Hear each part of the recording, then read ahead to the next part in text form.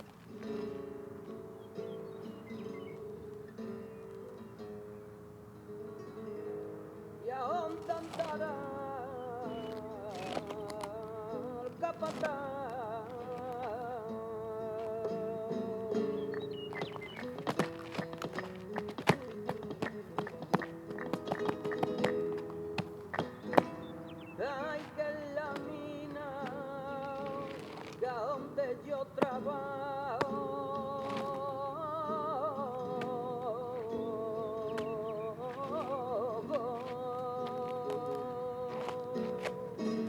y a dónde andará el capataz.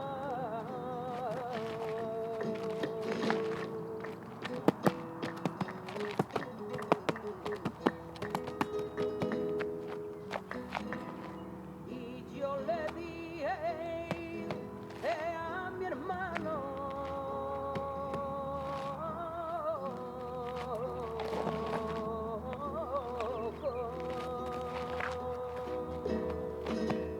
que me subiera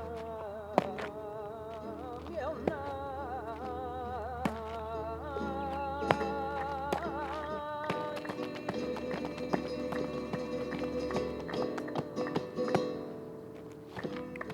ay, porque si no en la mina no trabajo. Ay, ay, ay, ay, ay.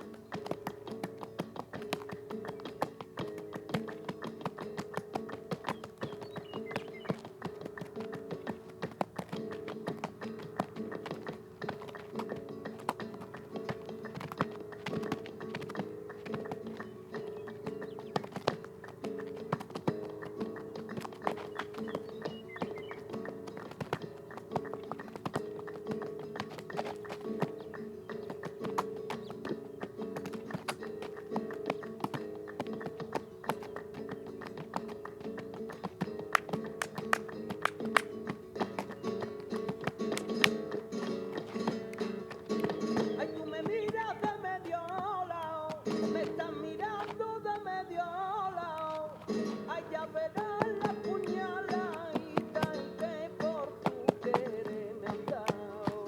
Ay, ya verás la puñaladita que por tu querer me han dado.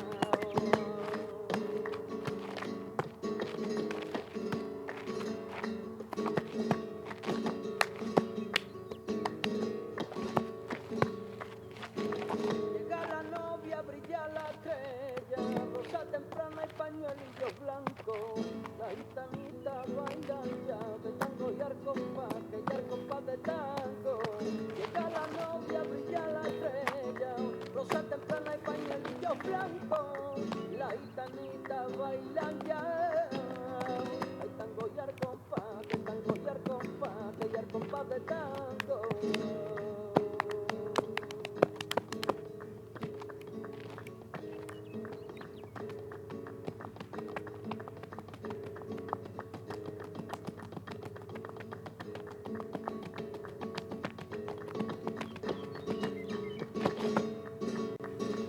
Basically, the dances I danced, they were traditional ones. I danced to traditional music because alegrías and tarantos have a certain traditional structure that many guitars use. So in this case, it's not that important who plays the guitar. So, Elena, now that you're finished here, you're leaving in a few days. What do you plan on doing when you get back to Moscow? I might go back to teaching because before coming to the United States, I taught English and German at Moscow State University. Basically, I didn't have that much experience teaching Spanish, which is another language I speak and which is closer to my passion. But we'll see how it works out. I might come back to the United States and teach Spanish, where I could also use my experience as a dancer. But anyway, I will keep dancing, for sure.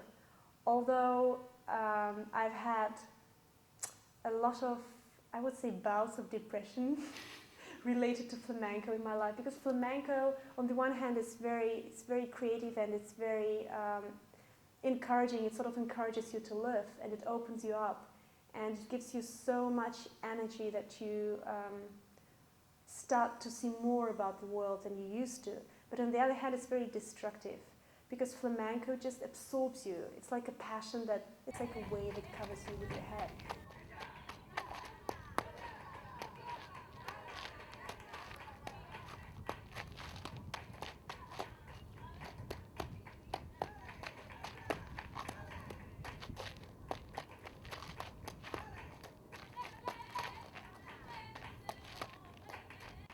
It absorbs you and it requires a total dedication, a lot of commitment.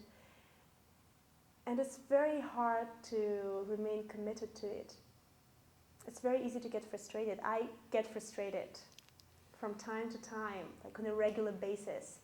And it's the same thing that happens to many people who are into flamenco. So we get frustrated, like bouts of depression every 2 months at least. But then it's this, it's like Phoenix who rises up from the ashes again. So you just can't, you can't give it up.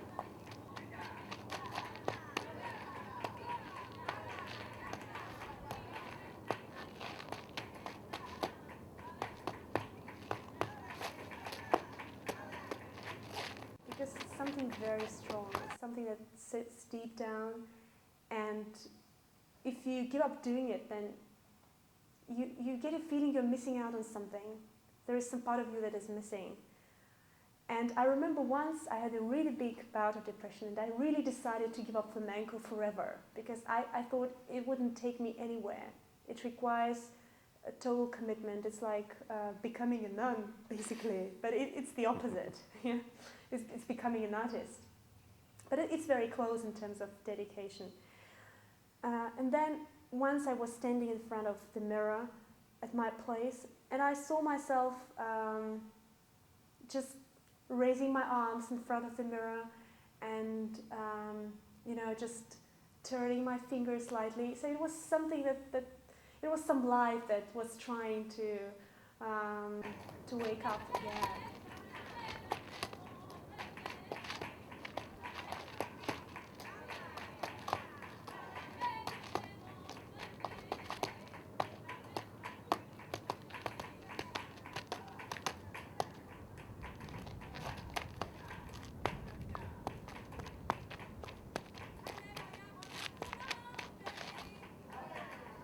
So my body actually protested against my not dancing for so long. And it just started to show in my fingers, in my arms, in my face, I guess, as well. So I ultimately went back to dancing. And then, what else I might do? If I go back to Moscow, I will join one of the semi-professional groups I was in. Well, basically, it is almost a professional group, I would say. One of the good ones we have in Moscow, Encantados, where I used to dance before I came here, for a while. Because before coming to the United States, I changed many schools, many groups. I started in a studio run by a Spanish lady who had been living in Russia for quite a while, and she taught me a lot about self-expression and improvisation and awareness of upper body and arms. And I had a very fun experience being thrown out onto the stage whenever, for instance, we performed and they played the wrong music. Then I would be thrown out onto the stage that I had to perform, because that was the philosophy, that we were supposed to be very flexible, and just the moment we hear the music, we should start dancing whenever we have in sight, because we always have something to talk about with our body. Then the second school I went to in Moscow, I mean, apart from my Vienna experience and Spanish experience, the second school was run by a Russian gypsy who did a mix of Russian gypsy and flamenco, which was very interesting to do, and I enjoyed it for quite a while. We performed a lot, we had big performances. But at the same time, I wanted to go back to Spanish roots, because I enjoyed learning Russian gypsy, but I wanted to learn pure flamenco, flamenco puro, as they say, as well.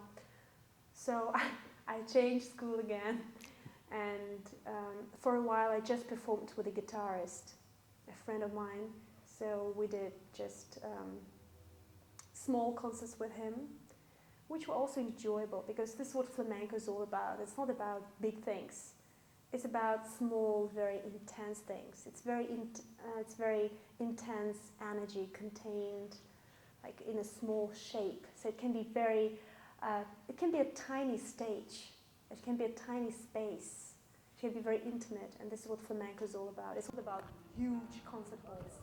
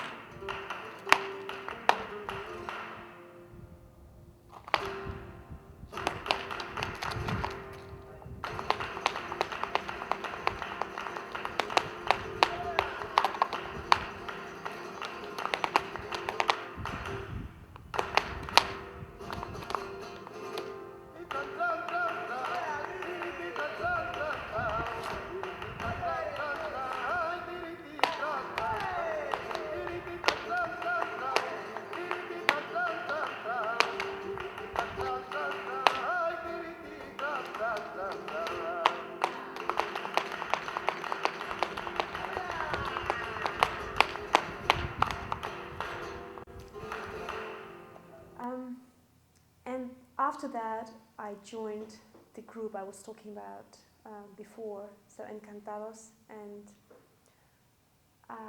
we had a couple of rehearsals and we had one concert together, and then I left for the United States, just leaving them behind, which made them very upset, because we had just started and we were working on new dances, putting things together and trying to come up with new choreographies. So I might go back to dance there, or if I stay here, I will definitely stick with the Flamenco Arts Academy run by Lorena Morona, which I find has a great environment, like a great flamenco environment.